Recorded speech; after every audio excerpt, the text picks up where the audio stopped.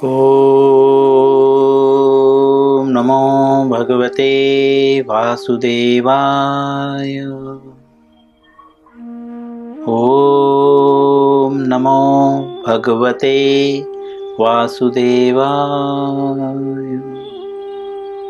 ॐ नमो भगवते वासुदेवाय।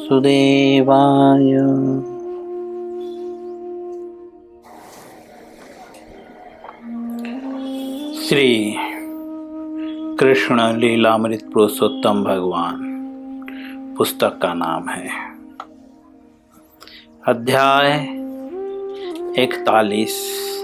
अध्याय का नाम है श्री भगवान श्री कृष्ण का मथुरा में प्रवेश। पेज हम आज इस अध्याय के हम 7वां दिन है इस अध्याय का। जैसा कि हम कल पढ़े हैं, भगवान ब्राह्मणों की गलियों से गुजरते हुए जो है अब उस गली में प्रवेश किए जिस गलियों में धोबी वगैरह रहते थे, जिसमें से एक धोबी को भगवान ने देखा। वह धोबी जो है वस्त्र भी रंगने का कार्य करता था। तो भगवान ने उस धोबी से कहा, वचन देते हुए कि प्रभुपाद जी लिखते हैं, धोबी को वचन दिया कि यदि वह सर्वश्रेष्ठ रंगीन वस्त्र उन्हें देगा तो वह अत्यंत सुखी हो जाएगा और उसे समस्त सुख सौभाग्य की प्राप्ति होगी। ऐसा भगवान धोबी को वचन दे रहे हैं। जैसा कि कल मैं कह रहा था, वास्तव में हर बुद्धिमान व्यक्ति धोबी की ही तरह है, जो अपने हृदय की गंदगी को धो रहा है। इस वस्त्र को पुनः जो है रंगीन कर रहा है, जो अभी ये रंगहीन हो चुका है ना। हम जीवन को रंगीन करने के चक्कर में अपने जीवन को रंगहीन कर गए।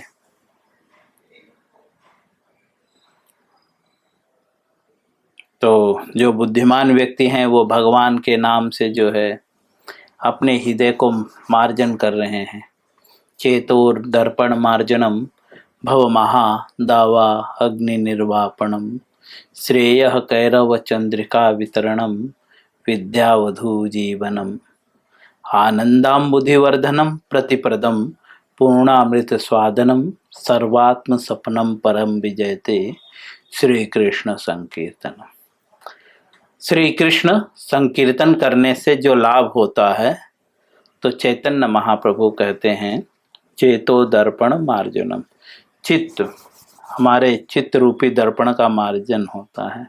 क्योंकि जब हमारा चित्त का मार्जन हो जाएगा तब हमारा ये जो वास्तव में ये वस्त्र है, ये शरीर भी वास्तव में एक वस्त्र की तरह है,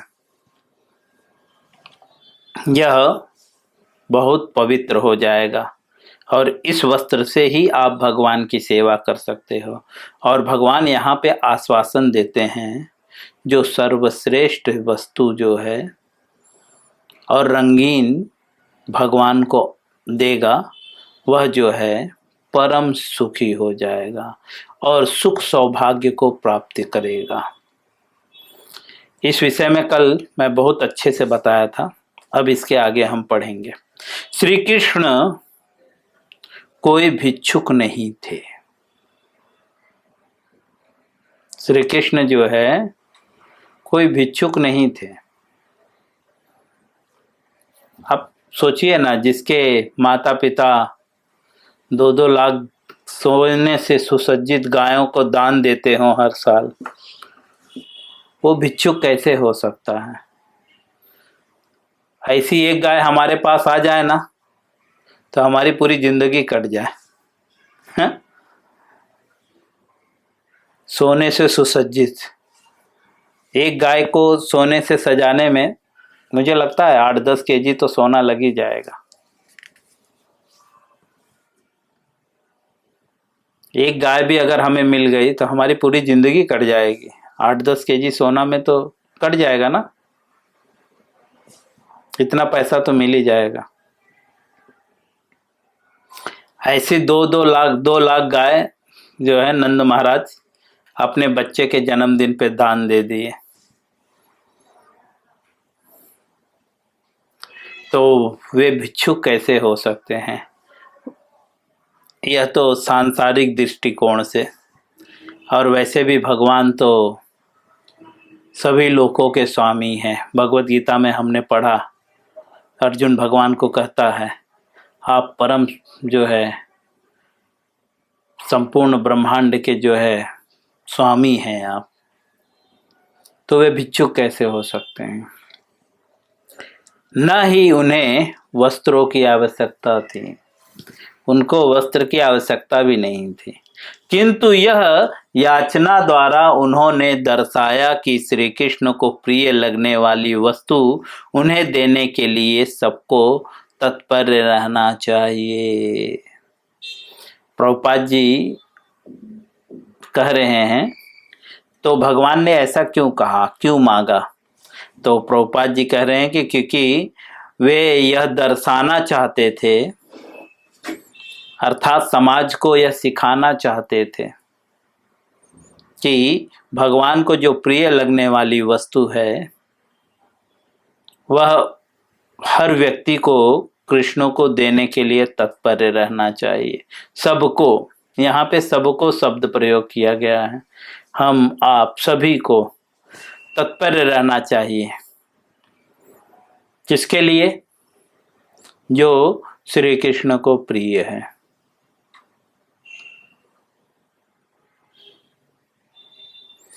भगवान यह दर्शाना चाहते थे, इसीलिए वह एक याचना द्वारा जो है दर्शाते हैं। प्रभुपाद जी लिखते हैं कि सभी को तैयार रहना चाहिए भगवान को सारी वस्तुएं देने के लिए। श्री कृष्ण भावनामृत का यही प्रयोजन है। प्रभुपाद जी लिखते हैं श्री कृष्ण भावनामृत का प्रयोजन क्या है? कि श्री कृष्ण को प्रिय लगने वाली वस्तुएं उन्हें देने के लिए सबको तत्पर करें। यह श्री कृष्ण भावनामृत का प्रयोजन है।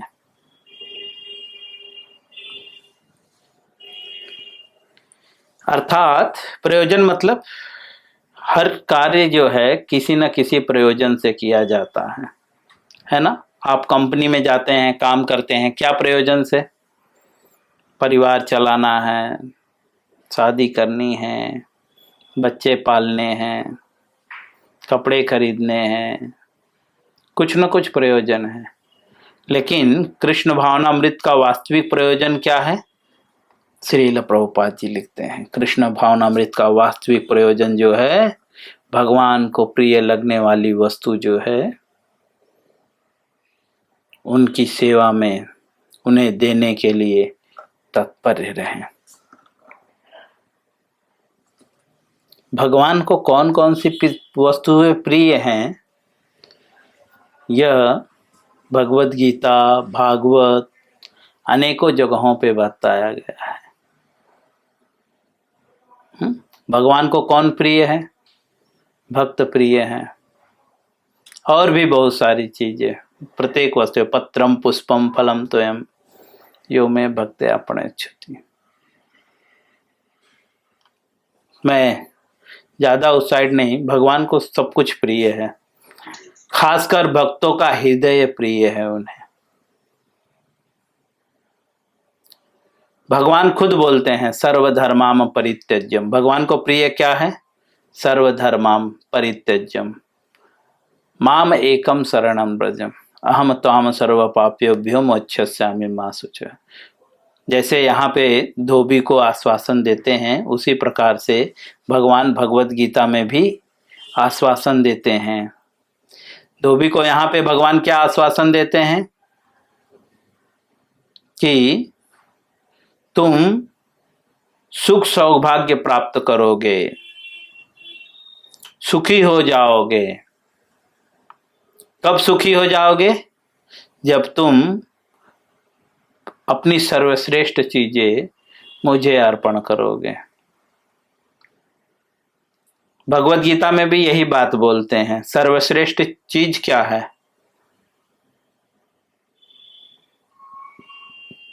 आत्मा है ना। आत्मा की कोई कीमत नहीं है। यह शरीर आत्मा को छोड़ दे तो यह शरीर की कोई कीमत रहेगी? अगर आत्मा यह शरीर को छोड़ दे तो जिस शरीर पे आप लाखों करोड़ों रुपए खर्च कर रहे हैं, वह शरीर को 200 रुपए में भी कोई नहीं खरीदेगा। क्योंकि इस प्रकार से देखा जाए तो आत्मा की कीमत बहुत ज्यादा है, अमूल्य है। खरबों रुपए देने पर भी आत्मा को खरीदा नहीं जा सकता। और भगवान यहाँ पे बोलते हैं कि सर्वश्रेष्ठ चीज, तो इनडायरेक्टली श्रील प्रभुपाद जी हमें समझाना चाहते हैं कि अगर जीव सर्वश्रेष्ठ चीज जो आत्मा है भगवान को दे दे तो वह परम सुखी हो सकता है। आत्मा ही अगर भगवान को दे दे। भगवान भगवत गीता में यही बात बोलते हैं, सर्वधर्मामत परित्यज्यम, सिर्फ मेरी सभी धर्मों का परित्याग कर दो और माम एकम शरणम व्रजम, सिर्फ मेरी शरण में आ जाओ। अर्थात आत्मा को भगवान के चरणों में रख दो। भगवान बोलते हैं मैं तुम्हारे सारे पापों को माफ कर दूंगा, क्योंकि पाप ही समस्त दुखों का कारण है। बिना पाप के नष्ट हुए आप सुखी नहीं हो सकते। हमारे दुख का कारण क्या है? पाप। पाप के ही कारण, हाँ, कोई बीमार गिरता है तो हम बोलते हैं ना, कभी कभी कोई बहुत बीमार रहता है, जल्दी ठीक नहीं होता, हम बोलते हैं अपने ही पापों का कर्म भोग रहा है। यह शब्द का प्रयोग हम करते हैं। एक आम इंसान जो कृष्ण को नहीं भी मानता है, जो भगवान को नहीं मानता है, वो भी व्यक्ति ये बात कहता है कि अपने पापों का ही तो कर्म भोग रहा है। मतलब वो भी मानता है कि पाप होता है, लेकिन तो भी वो मूर्ख जो है स्वयं भी उन्हीं पाप कर्मों में लगा रहता है। लेकिन भगवान कहते हैं तुम सारे पापों से मुक्त हो जाओगे। इनडायरेक्टली कहते हैं तुम सुखी हो जाओगे। कब? बोलते हैं माम एकम शरणम व्रजम, सिर्फ मेरी शरण में आकर। क्योंकि भगवान ही ऐसे हैं जो आपको सारे पापों से मुक्त कर सकें। न शिव आपको सारे पापों से मुक्त कर सकते हैं। कभी आपने कहीं पे पढ़ा है शिव जी बोले हैं मैं तुम्हारे सारे पापों को माफ कर दूंगा? लक्ष्मी जी बोली हैं, दुर्गा जी बोली हैं जा तुम्हारे सारे पाप को माफ कर दिया? नहीं।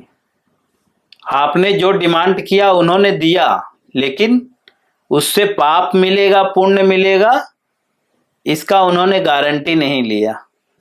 कहीं पे लिखा हुआ है कोई पुराण में कृष्ण के सिवा और किसी ने बोला हो अहम त्वाम सर्व पापेभ्यो? कहीं नहीं बोला है। क्योंकि कोई भी आपके पापों को माफ नहीं कर सकता, लेकिन कृष्ण जो है आश्वासन देते हैं कि मैं तुम्हें सुखी कर सकता हूं। बाकी कोई आपको आश्वासन नहीं दे सकता। सिंपल सा थिंक है। सारे देवी देवता शिव ब्रह्मा विष्णु सब एक ही बात कहते हैं, कर्म करोगे तो फल मिलेगा। अगर अच्छे कर्म करोगे या बुरे कर्म करोगे, तपस्या करोगे तो रावण जैसे व्यक्ति को भी लंका प्राप्त हो जाएगा। हाँ, लंका कैसी थी? सोने की, है ना।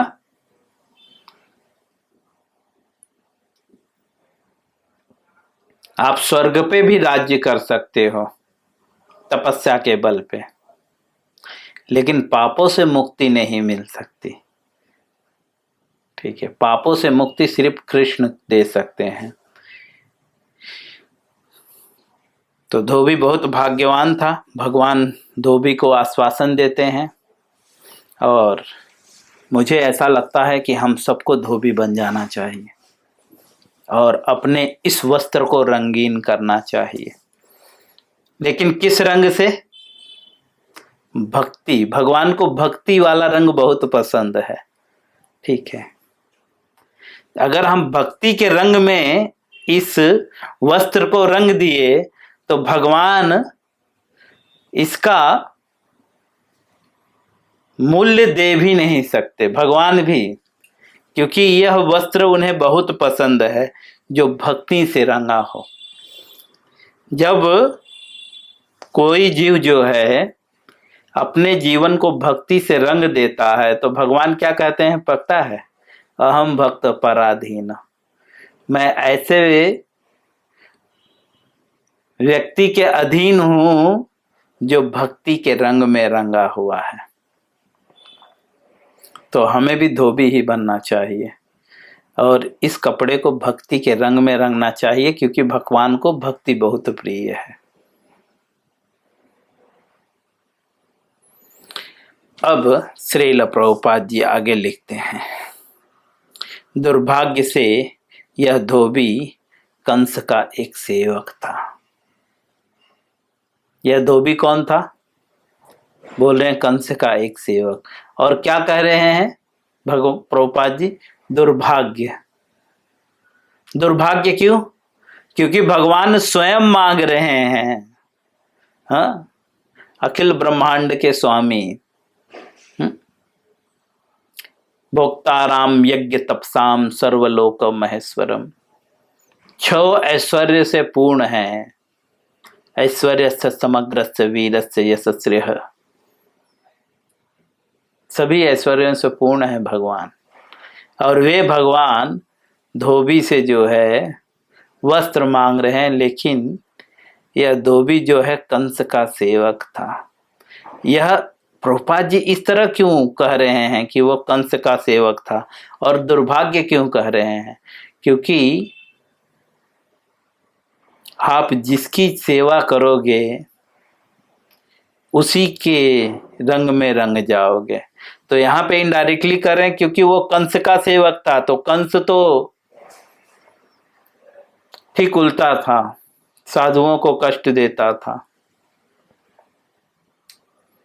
तो इनडायरेक्टली यहाँ पे बोल रहे हैं धोबी भी कंस का सेवक होने के कारण कंस की ही तरह उसका नेचर था, इसीलिए कह रहे हैं कि वो दुर्भाग्य था।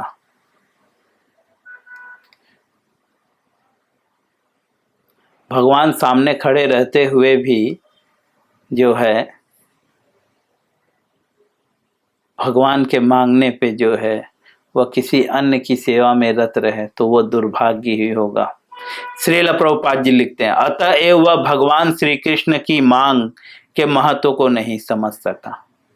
इसीलिए जो है वह जो है भगवान श्री कृष्ण के मांग को नहीं समझ सका। जैसे हम भी जो है असुरों की सेवक ही हैं।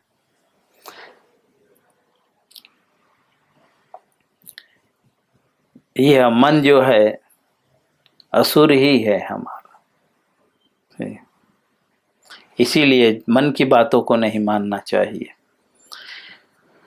प्रभुपाद जी कहते हैं कि वह भगवान की मांग को नहीं समझ सका। क्यों? क्योंकि वह कंस का सेवक था।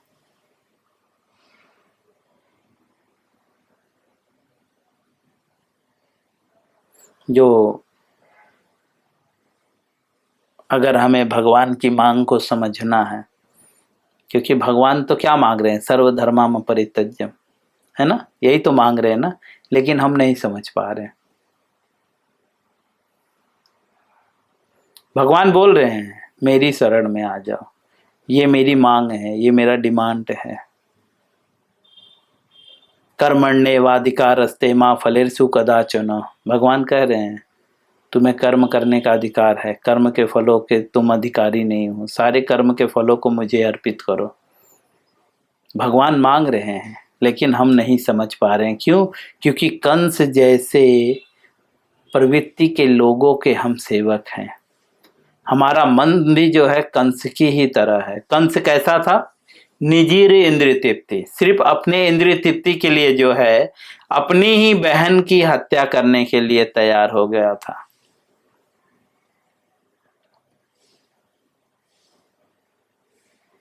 बुद्धि भी जो है मन की बहन ही है। मन जो है हमारे बुद्धि की हत्या ही कर रहा है ना? बुद्धि जानता है ये गलत है, लेकिन मन बोलता है हट, एक बार करने में क्या उसका, ठीक। तो क्योंकि हम मन के बहकावे में चल रहे हैं, इस वजह से हम भगवान की मांगी हुई वस्तु को नहीं दे रहे हैं और भगवान के मांग को समझ नहीं रहे हैं, ठीक है। और यह मन उस कंस की तरह है जो अपनी बहन की ही हत्या कर रहा है। बुद्धि स्त्री है ना, बुद्धि स्त्रीवाचक है ना, स्त्रीलिंग है ना। बुद्ध पुरुष लिंग है, बुद्धि स्त्रीलिंग है, ठीक है। मायावादी सिद्धांत में ऐसा कहते हैं कि बुद्धि जो है वह कैसी है? देवकी की तरह, बहुत सरल है। लेकिन देवकी ने किसको जन्म दिया था? कृष्ण को, है ना। लेकिन किसकी संगति में आकर? वसुदेव, है ना। वसुदेव की संगति में आकर देवकी ने जो है कृष्ण को जन्म दिया। उसी प्रकार से एक फिलॉसफी है अलग कि मन जो है कंस की तरह है, बुद्धि देवकी की तरह है, बहन है कंस की, ठीक है। पर ये जो है बुद्धि जिसको कंस जो है मारना चाहता है, अर्थात मन जिसको मारना चाहता है, अगर बुद्धि को किसी भक्त की संगति मिल जाए तो वह कृष्ण भावना भावित हो सकता है, उसके भी हृदय में कृष्ण जन्म ले सकते हैं।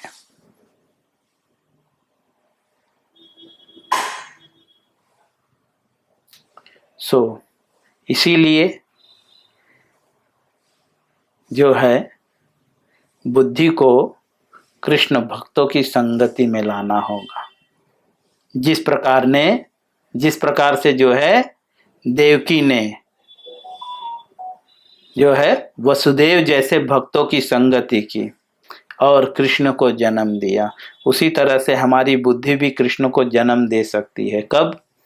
जब वह भक्त की संगति में आए।